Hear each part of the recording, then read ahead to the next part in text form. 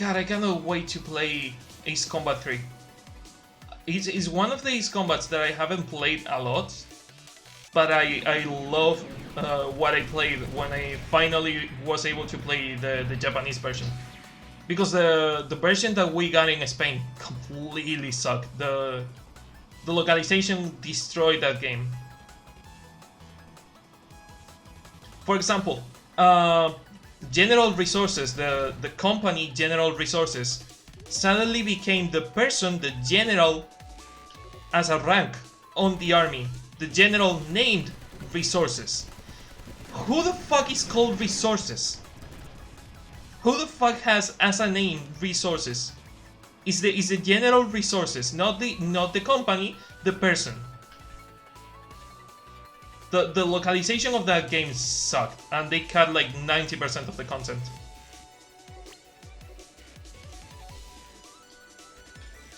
Where the fuck is the plane that I was following? No, that one. But yeah, after I was able to play the Japanese version translated to English, I fucking loved it. And there is a translation to Spanish going on right now, but it's like 90% done.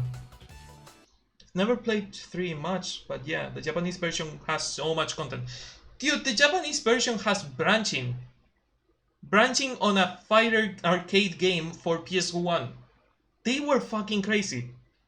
I would even say that Ace Combat 4 was a step backwards, because Ace Combat 3 was so amazing.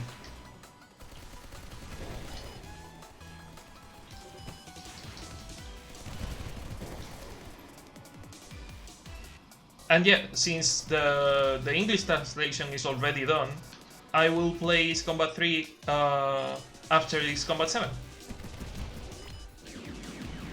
I didn't do it on the Spanish franchise run because the Spanish translation is still in development, and I will do it as soon as it's ready.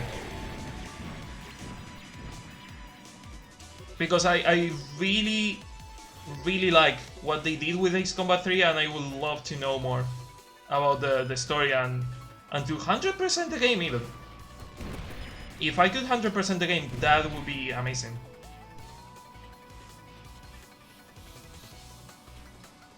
I don't think the rockets have a splash damage in this one.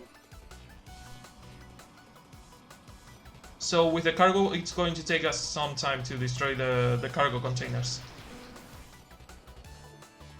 Of course you dodge that, but notice.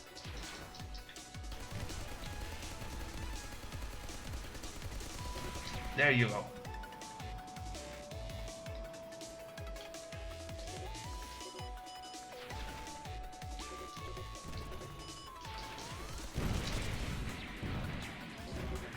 Okay, nice.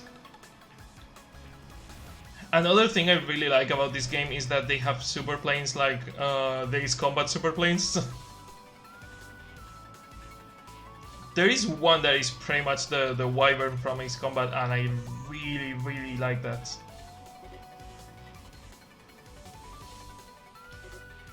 Oh, there are still SAMs in there, so those were the missiles that were coming for me.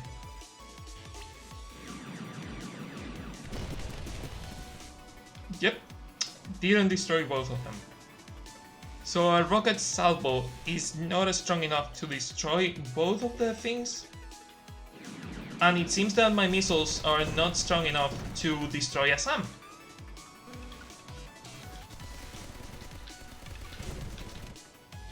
I was using heavy missiles with the Bronco, now that I think about it. I was not using the normal missiles.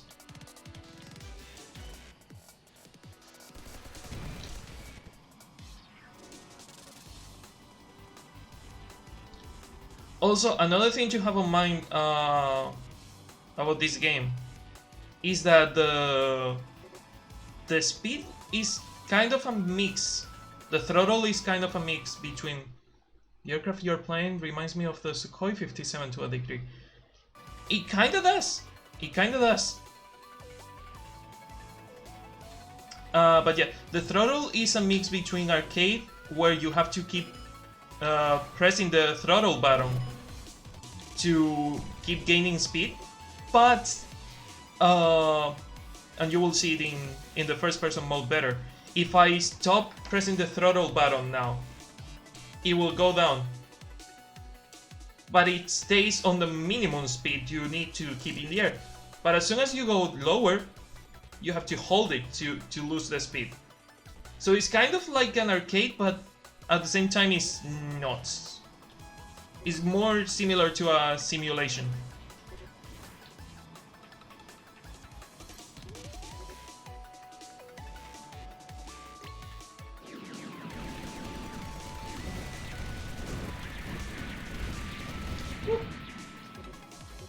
Who the fuck is trying to shoot at me? Yo.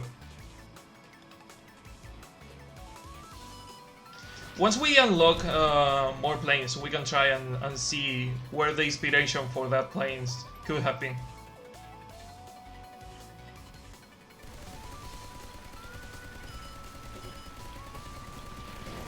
Boop. More reinforcements, more points. I'm not going to complain. I had a lot more trouble when I first started playing this game, because I hadn't played a game like this combat in years, probably. And this game is also a bit hardcore on the first time you play it. But after playing Ace Combat a lot lately, and playing this game every now and then, because I've not played a lot this game lately, but I've been playing every now and then, I'm having it way easier right now on the first stages. I'm not losing as much health, I'm not crashing the plane as much. But I remember when I first played the game, I crashed the plane 1,000 times. I even remember when I started playing, because of the plane I was using was actually a Santa Claus sled, because there was the Christmas event and they had a Santa Claus sled that was absurdly broken. The missiles were pine trees and they were long range missiles, so you can shoot them from a kilometer away. You were also able to lock onto back into the groove of flying in 3 dimensions again. Yeah, you really need to be in that groove, in that zone. But yeah, the Santa sled was absolutely broken, because the machine gun were like the balls you hang from the tree. I don't remember how they are called. And they did splash damage. The missiles were long range missiles, and they did like 500 points of damage. Everything on the Santa sled was broken, and I'm glad that was just an event thing for Christmas and that they took it away, because I will have finished the game. I will have finished the game with that. The mobility on that plane and the ammo, everything on that plane, because it was on a sled with reindeers and a fat man piloting it, was super broken.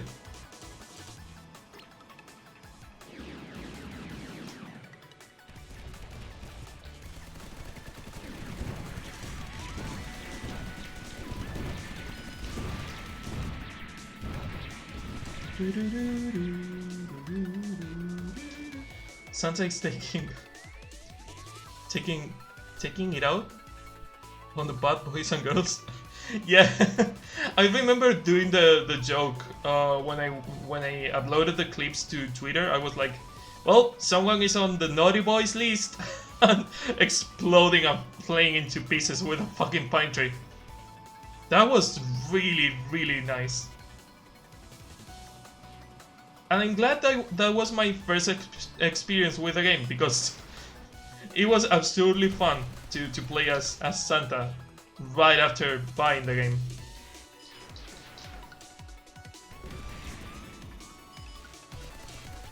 I wonder if they will do it this year for Christmas again, or if they will do something for Halloween. Dun-dun-dun. Dun-dun-dun.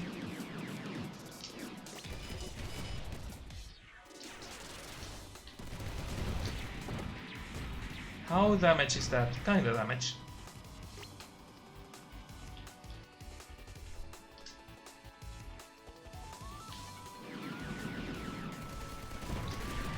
Get out of the way before you crash.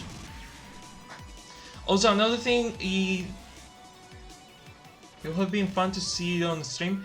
I wasn't streaming the console games back then because I didn't have the capture device. But it would have been amazing to being able to stream that. But yeah, you also have some bases on land that you can use to repair the plane if you want to. And you don't end the for example, let's say that I have 5 more planes. If I land on the carrier after destroying the main target, the mission will end. But if I land on that base on land, the mission will not end, but I will have to pay some of the points that I have. So it is a way to continue playing. For example, right now, if I wanted to repair the plane, I will go to the land base instead of the floating carrier to repair the plane. Because if I go to the floating carrier, the mission is over. Oh, that one went down really easily, didn't even try to dodge the missiles.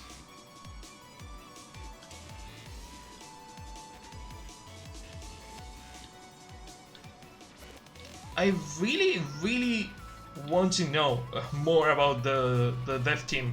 I need to talk to them and see if I can get them on a... It's a nice option. It's a really nice option, especially if you want to, let's say, go after the main target and then take care of the secondary targets. The problem comes when you have to start paying the points you need to use to upgrade the plane. Because you have either those two options. You either repair the plane on the go or you upgrade the plane after finishing the mission.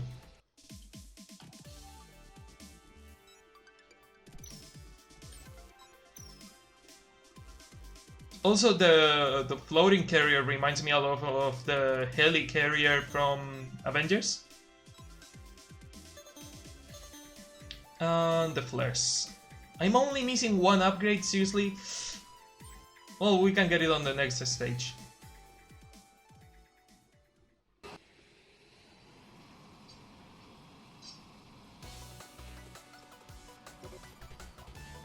But other than the flares, the entire plane is pretty much on max level.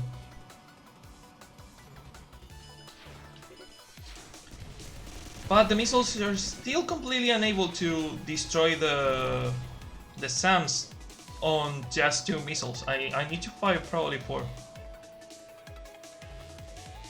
Stop stalling, please.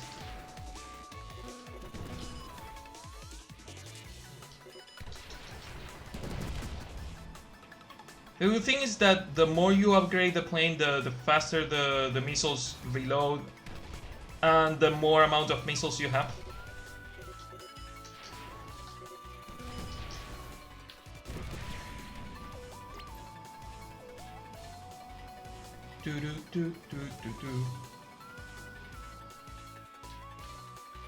If you can get the game, please get it. It's a really nice arcadey